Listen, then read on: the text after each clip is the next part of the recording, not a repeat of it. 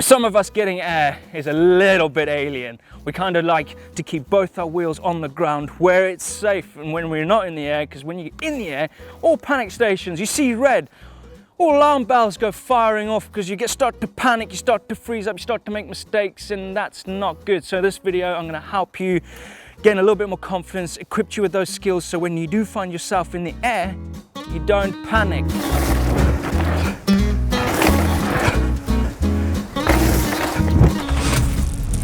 Okay, this is a common size jump in a trail center such like this one. It's hard packed. It's 2 rollers, so you can actually roll it or you can gap it. With the right technique, you can jump it. Now, I'm gonna start with a few mistakes that some people tend to do when they get in the air. Now, I'm gonna start off with the misfire. Wrong timing. You get too excited. You're coming in, you see the gap, you're gonna gap it, you're like, yep, and then you hop just before the takeoff. You're not letting the takeoff doing all the work. Have you ever heard anyone say just pull on the bars to get up in the air? Well, it's a little bit more complex than that. It's not just about pulling on the bars, because if you're just pulling on the bars and you've got arms like Arnie, you're just gonna go like that. You're gonna send your front up too high. You're gonna not use your legs. You're just gonna be all bars in you, and it's gonna be disastrous. Don't pull on the bars too much. You gotta let the lip do the talking. And the opposite of that is when you've got too much legs and not enough arms, and you got legs built like Sir Chris Hoy. Too much legs brings that back wheel up into there. You leave the front wheel on the floor and that sends you into a nosedive. Right, this one's the spud, and this one's aimed at you clipped in riders. So you got those clipped shoes, clipped pedals. Basically, you're relying on that clipped shoe to bring up that rear bike, to bring up the whole bike. You're pulling on your legs, you're getting in this position. And you're probably arguing with me, yes, you are jumping, yes, you're getting in the air, but when it comes to pulling too much on that rear wheel, relying on those clips, it's gonna send you over the bars. Basically, you're putting yourself in a box as well. And what I mean by this is you're pulling up because you're using those pedals. You're pulling up, you're traveling, and you're landing. The dead sailor, yes, just imagine a captain of a ship stiffly saluting whilst the ship goes down. That's the noise you're gonna make when you go in the air, is stiffening up. And you're gonna find yourself getting all stiff in the air, panic stations are going, you're gonna favor one side, your strong side of your body, you're gonna feel like you're pulling too much one side, you're gonna go all sideways in the air, you're gonna land in a mess, and it's gonna fire you off the trail. That's the dead sailor. Okay, this one's called the stretch. So you've got enough speed, you're coming in, and all you're gonna do is lean back and stretch out and thinking that the lip is just gonna fire off into the stratosphere, but it's not. Your bike's barely gonna even leave the ground. And it's bad technique because you could buzz your bum on that. That could get stopped and you can fling yourself over the bars. That's not good. Don't do the stretch. So there's a few mistakes that we kind of tend to do when it comes to jumping out on the trail. Now, before we hit the trail and we start learning that technique, let me talk about body position and a little bit of a bike setup. Body position, you want to adopt that attack position. So what that is you want to keep level pedals on your bike. You don't want to have one foot down. You want to keep level pedals. You want to bend your elbows. You want to look ahead and you want to bend your knees. The other one is on your bike setup. The only thing you got to do is when you want to do some jumping is lower that saddle.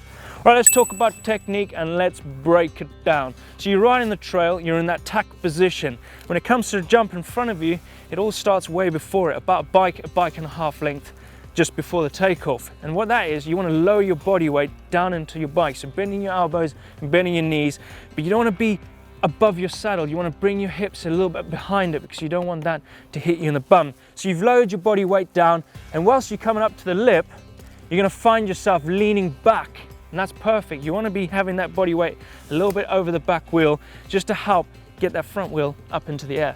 You're in that attack position and you're letting that front wheel drive into that takeoff. And there's a key thing here is not to lean back and stretch out those arms, because that's where you're going to lose your pop. You're going to find yourself with too much body weight over that rear wheel, and it's going to be quite hard for you to project yourself over the jump. So you want to keep those elbows bent. You're looking ahead, you're driving that front wheel up into the air, and you'll feel a little tug because you're keeping that body position. You feel like you're pulling on the bars, which is good because you want that little pop from that front wheel to get that wheel up into the air. Okay, now your front wheel's in the air. I'm going to just explain this a little bit. It's not from doing that, it's from your body weight being way behind your saddle. So your body weight's leaning back and you've got that nice stiff riding position to keep that front wheel driving up the lip. Now, it's all about timing. It's about getting that back wheel to just feel a little bit light, and that's when you explode up and you bring the bike up into you with your hips. So you're not just going like this, you bring it up into you like you're standing up. Look at this slow-mo. I'm basically standing up off my pedals, exploding up into the air and forward. We're in the air, woohoo! What do? It's all about relaxing right now. So what you want to do is push out your arms just to level out that bike. And what that does essentially is when you're landing, it gives you more travel. As much travel you got on the front of your bike, you got more in your arms, because when you land, you can do this. Look how much travel that is. That's like 400 millimeters of travel, as well as your knees. You want to stretch out your knees, you want to just relax and look at your landing. All right, landing technique. Yes, it's all about taking off. It's all about getting in the air, but it's all about getting a good landing.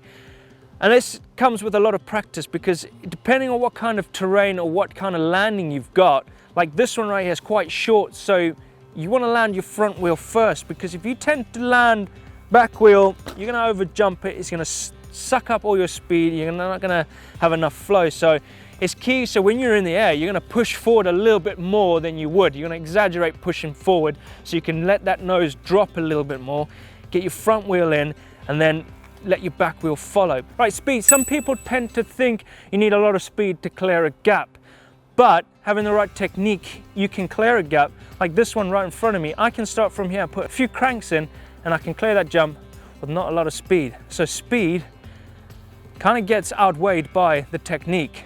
Obviously, when you get a bigger jump, you're going to have to go faster, but with the correct technique, you don't tend to going really fast into a jump and make a mistake. So a few cranks into this jump, and I can clear it.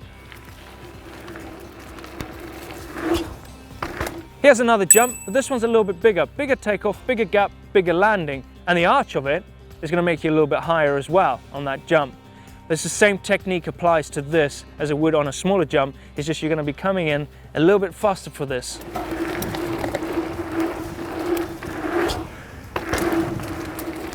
So there you go, a few tips on how to get your bike up into the air, but just stop there. Just continue to practice that technique on that jump that you're practicing on. Get that thing nailed, because when you get this technique nailed, you can find natural hits on the trail. If you find a log, you find a lump, you find a rock, you can hit that, jump it, gap it to another piece of that trail, spice up that local trail of yours. Talk about spicing up a trail. Click over here for this video here. This is all about how to find natural hits on the trail. Don't forget to subscribe. If you love this thing, give it a thumbs up, like. I'll see you at the next one.